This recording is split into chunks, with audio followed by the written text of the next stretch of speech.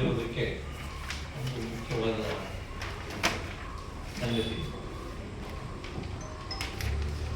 ನಮಗೆಂದಿಗೂ ಗೊತ್ತೇ ಇದೆ, ನಿಮ್ಮ ಪತ್ರಿಕೆಗಳ ಮುಖಾಂತರ ಇಡೀ ರಾಜ್ಯದಲ್ಲಿ ಸಾರಿಗೆ ನೌಕರರ ಕುಂದು ಕೊರತೆ ಮತ್ತೆ ಅವರ ಸಂಬಳ ಸಾರಿಗೆಗಳ ಬಗ್ಗೆ ಸರ್ಕಾರ ಏನು ನಿಲುವು ತಗೊಂಡಿದೆ, ಸರ್ಕಾರ ವಿಳಂಬ ನೀತಿ ತೋರಿಸಿ ಅವರಿಗೆ ಬರಬೇಕಾದಂಥ ಸವಲತ್ತನ್ನ ನೀಡ್ತಿಲ್ಲ ಅನ್ನೋ ಪ್ರಚಾರನ ತಮ್ಮಿಂದನೇ ಇಡೀ ರಾಜ್ಯದ ಮೂಲೆ ಮೂಲೆಗೆ ತಲುಪಿಸಿದ್ರ. ಅದಕ್ಕೆ ಮೊಟ್ಟ ಮೊದಲನೇದಾಗಿ ತಮ್ಮೆಲ್ಲರಿಗೂ ಕೂಡ ನಾವು ಧನ್ಯವಾದ. ಏನಂದ್ರೆ ಕಳೆದ 1 ವರ್ಷದಿಂದ ಸತತವಾಗಿ ನಾವು ನಮ್ಮ ಬೇಡಿಕೆನ ಮುಂದಿಟ್ಕೊಂಡು ಸರ್ಕಾರದ ಮುಂದೆ ಒತ್ತಾಯ ತಂದು ಮಾತುಕತೆಗೆ ಹೋಗಿ 4 ಸತಿ ನಾವು ಈ ರಾಜ್ಯದ ಇವರು ಮುಖ್ಯಮಂತ್ರಿಗಳು ಶ್ರೀಮಾನ್ ಸಿದ್ದರಾಮಯ್ಯನವರು ಮತ್ತೆ ಅವರ ಎಲ್ಲ ಅನುಯಾಯಿಗಳ ಜೊತೆ ಮಾತುಕತೆಗೆ ಚರ್ಚೆ ಮಾಡಿದ್ವಿ. 4 ಸಭೆಗಳಲ್ಲಿ ಚರ್ಚೆ ಮಾಡಿದಾಗಲೂ ಕೂಡ ನಮಗೆ ಸಿಕ್ಕಿರೋದೇ ಅಂದ್ರೆ ಕೇವಲ ನಿರುತ್ಸಾಹದ ಒಂದು ವಾತಾವರಣ, ಒಂದು positive approach we are unable to see from the government. 1,20,000 employees, 1,20,000 ನೌಕರರು ಇವತ್ತು ರಾಜ್ಯದ ಮೂಲೆ ಮೂಲೆಯಿಂದ ಇಡೀ ನಮ್ಮ ರಾಜ್ಯದ 4 ಕೋಟಿ ಜನ ಪ್ರಯಾಣಿಕರನ್ನು ಪ್ರತಿದಿನ ಸಾಗಿಸ್ತಾ ಇದ್ದಾರೆ. ಅದ್ಭುತ. ಈ ರಾಜ್ಯದ ಸಾರಿಗೆ ಸಂಸ್ಥೆಗಳಿಗೆ 4 ಸಂಸ್ಥೆಗಳಿವೆ. ಈ ರಾಜ್ಯದ 4 ಸಂಸ್ಥೆಗಳಿಗೂ ಉನ್ನತವಾದಂತಹ ಈ ಸಾರಿಗೆ ಸಂಸ್ಥೆ ಒಳ್ಳೆ ಸೇವೆ ಕೊಡ್ತಾ ಇದೆ, ಸಾರ್ವಜನಿಕರಿಗೆ ಉತ್ತಮವಾದಂತಹ ಒಂದು ವಹಿವಾಟು ನಡೆಸ್ಕೊಂಡು ಬರ್ತಾ ಇದೆ ಅಂತ ಹೇಳಿ ರಾಷ್ಟ್ರದಲ್ಲಿ ಆಗಲಿ ಅಂತಾರಾಷ್ಟ್ರೀಯವಾಗಿ ಸುಮಾರು 100ಕ್ಕೂ ಹೆಚ್ಚು ಈ ಪಾರಿತೋಷಕಗಳನ್ನ ಕೊಟ್ಟಿದ್ದಾರೆ.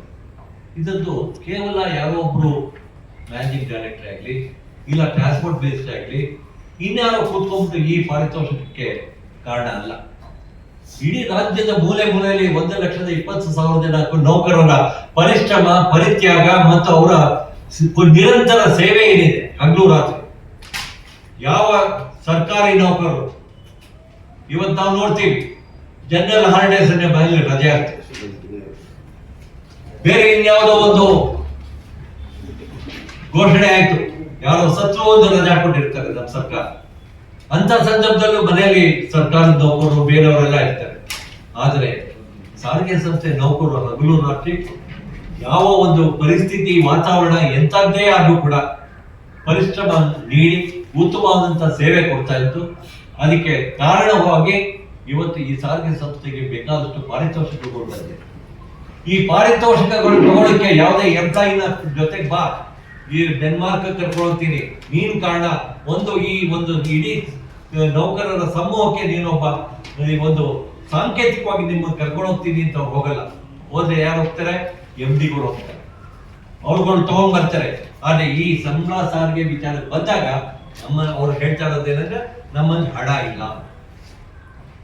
ಸ್ವಾಮಿ, ನಾನ್ ಕೇಳೋದು ಇಷ್ಟೇ ಸರ್ಕಾರಕ್ಕೆ, ಏನು ಈ ಸಾರಿಗೆ ಸಂಸ್ಥೆ ಜಗತ್ತಿನಲ್ಲಿ ಯಾವ್ದಾದ್ರು ಒಂದು ಸಂಸ್ಥೆ ಲಾಭ ಮಾಡ್ತಿರೋದನ್ನು ತೋರಿಸ್ಕೊಡಿ ನೋಡೋಣ. ಅಲ್ಲಿ ನೌಕರರಿಗೆ ನಷ್ಟ ಅಂತ ಹೇಳ್ಬಿಟ್ಟು ಸಂಘ ಕೊಡ್ತಾ ಇಲ್ಲ. ಆಂಧ್ರದಲ್ಲಿ ಇವತ್ತು ಸಾರಿಗೆ ಸಮಾನ ವೇತನ ಅಂದ್ರೆ ಸರ್ಕಾರಿ ನೌಕರರಿಗೆ ಏನು ಕೊಡ್ತಾ ಇದ್ದಾರೆ ಸಂಬಳ ಸಾರಿಗೆ.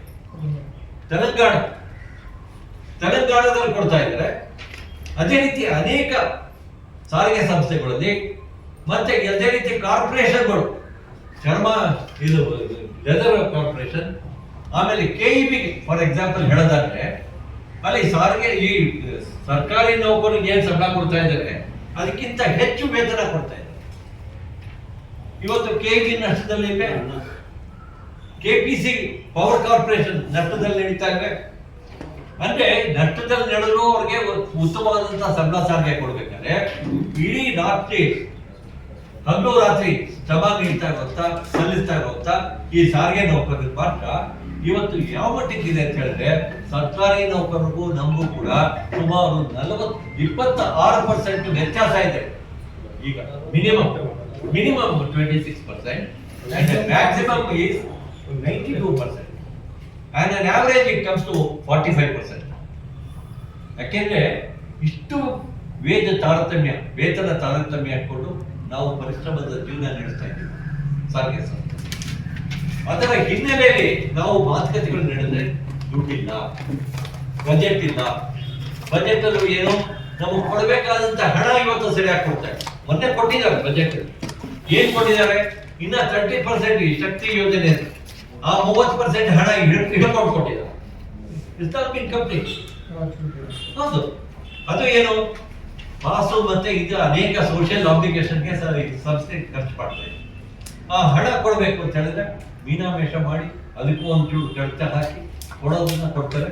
ಮತ್ತೆ ಡೀಸೆಲ್ ಒಂದ್ ಕಡೆ ಜಾಸ್ತಿ ಆಗ್ತಾ ಇದೆ, ಟೈರ್ ಬೆಲೆಗಳು ಜಾಸ್ತಿ ಆಗ್ತಾ ಇದೆ.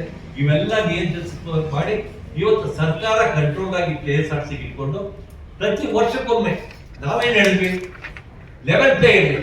ಲೆವೆಲ್ ಪ್ಲೇ ಇದೇನು, ಪ್ರತಿ ವರ್ಷಕ್ಕೊಮ್ಮೆ ನಾವು ನಮ್ಮ ಈ ಇದೇನಿದೆ ಇದು ಸಾರಿ ಪ್ರಯಾಣ ದರ ಏನಿದೆ ಅದನ್ನ ವಿಮರ್ಶೆ ಮಾಡಕ್ಕೆ ಅವಕಾಶ ಕೊಡಿ.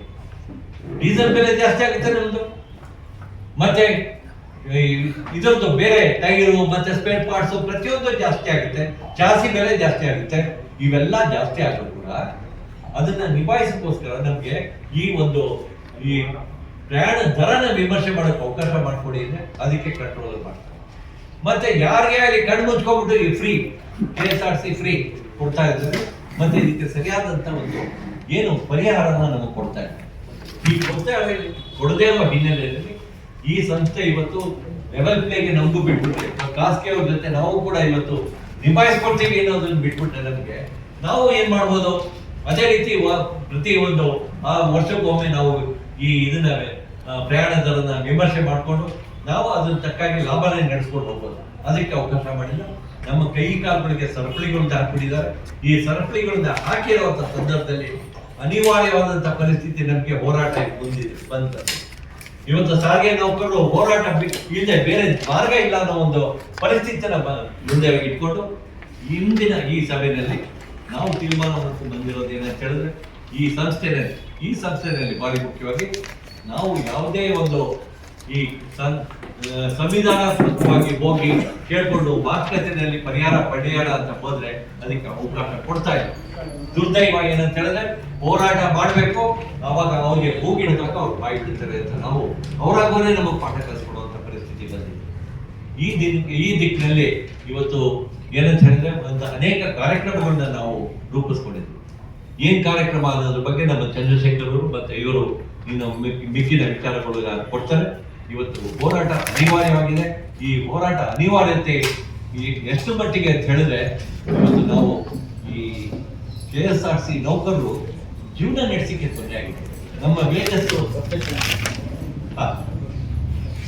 ಜೀವನಕ್ಕೆ ತೊಂದರೆ ಆಗಿರೋ ಕಾರಣದಿಂದ ಇವತ್ತು ಹೋರಾಟ ಅನಿವಾರ್ಯತೆ, ಅದ್ರ ಬಗ್ಗೆ ಮುಂದಿನ ವಿಚಾರದ ನಮ್ಮ ಚಂದ್ರಶೇಖರ್ ಅವರು